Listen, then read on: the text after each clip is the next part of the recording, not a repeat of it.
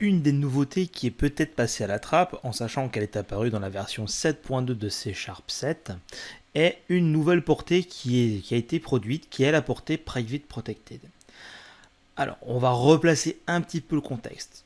La majorité des développeurs C# connaissent les 4 portées principales de C# qui sont publiques, où tout le monde a le droit de le voir, private, où on est juste dans le cas d'une classe, protected, une classe et ses classes filles, et internal, la même assembly.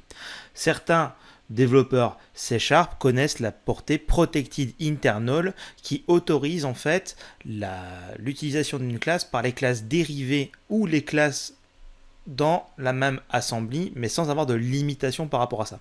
C'est-à-dire qu'en fait, beaucoup ont confondu le protected internal avec ce qu'il était réellement, en pensant que c'était la possibilité de définir une portée qui était internal uniquement dans une portée qui était protected uniquement dans les classes de la même assembly. Donc, pour pouvoir illustrer, pour pouvoir démontrer en fait ce qu'est cette nouvelle portée, je vais créer ici deux propriétés. L'idée, c'est de changer le modificateur d'accès sur ces deux propriétés pour montrer la différence. Donc ici, je vais la passer en internal protected, et celle-ci, je vais la passer en private protected. Alors pour que ce soit évident pour tout le monde, j'ai créé ici une nouvelle librairie C# 7 librairie qui référence ma classe nouveauté C# 7 librairie, et dans la classe 1, on va tenter de faire certaines modifications pour voir le fonctionnement de cette nouvelle portée. Alors, de façon théorique, quelle est la différence? Internal Protected me permet d'avoir accès à cette valeur si je suis dans la même assembly ou si je suis une classe héritée.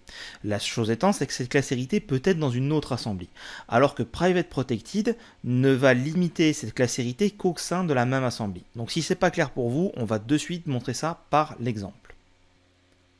Pour concrètement illustrer ça par un exemple, je vais commencer par faire ici une classe que je vais appeler par exemple classe 1 pour être original, qui va hériter de Private Protected.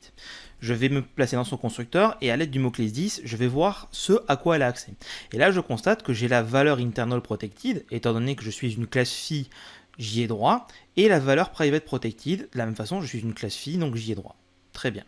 Maintenant, ce que je vais faire, c'est que je vais faire également une autre classe que je vais appeler classe 2, qui n'hérite pas de la classe Private Protected.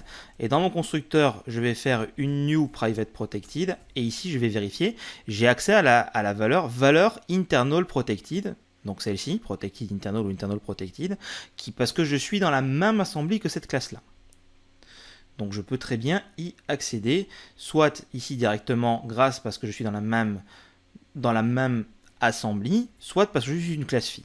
Maintenant, je vais me placer au niveau de classe 1 qui est dans l'autre librairie. Donc ici, ce que je vais faire, je vais d'abord faire le premier test et je vais tenter de créer cette nouvelle classe qui est Private Protected et vérifier qu'effectivement, je ne peux accéder à aucun des éléments dans cette classe, étant donné que les deux propriétés ont été déclarées respectivement Internal Protected et Private Protected. Je ne peux pas y accéder parce que je suis totalement hors scope. Par contre, ce qui est intéressant maintenant, c'est que je vais faire en sorte que classe 1 hérite de Private Protected. Donc, je suis une classe fille de Private Protected, donc qui se trouve dans le namespace nouveauté C# productivité. Et ici, ce que je vais faire, si je tape 10, je ne vois que valeur internal protected. Donc, je ne vois pas Private Protected. Ça met en exergue ce que j'ai dit en introduction. La portée internal protected cumule en fait les deux portées, c'est-à-dire qu'en fait j'ai internal, donc parce que je suis dans le cas de la classe 2, je suis une classe interne, donc j'ai accès à cette propriété, ou protected parce que je suis une classe fille, et ce peu importe où je me trouve, donc dans une autre librairie, dans une autre assembly ou dans la même assembly, j'ai accès à cette valeur qui est juste internal protected. Par contre, private protected, je ne peux pas y accéder dans une classe fille qui est dans une autre assembly. Par contre, si on se met au niveau de la classe qui est dans la même assembly, j'y ai bien accès en Private Protected.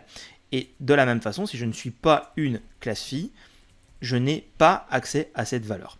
Donc comme ça, en fait, vous avez vu l'utilisation de cette nouvelle portée qui va vous permettre de limiter une propriété aux classes filles de la même assembly, ce qui peut être relativement super pratique dans le cas d'architecture super clean.